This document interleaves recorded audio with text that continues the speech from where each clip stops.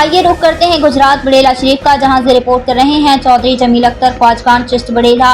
شریف کا 62واں عرس سالانہ عرس مبارک اور پیر نور محمد چشتی گولڈوی کا 4تھا سالانہ عرس مبارک سرزمین بڑیلا شریف آستانہ عالیہ مہریہ الیاسیہ چشتیہ پر منعقد ہوا۔ عرس مبارک کی صدارت حضرت علامہ مولانا پیر قاری شمس النور چشتی گولڈوی نے کی۔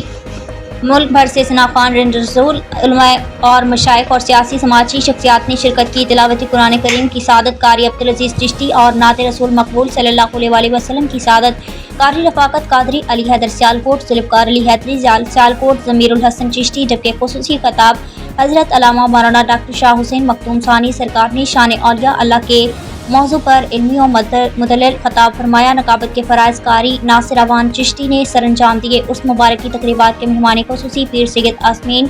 عابد شاہ صاحب، پیر سید برکات حسین شاہ، پیر باؤ شہزاد امجد چشتی دربار الف، سائیں جلال پور جٹاں، پیر قاضی سلطان محمود قادری، ممتاز سیاسی و سماجی شخصیت انجینئر حاجی مرزا فاروق بیگ مصطفی،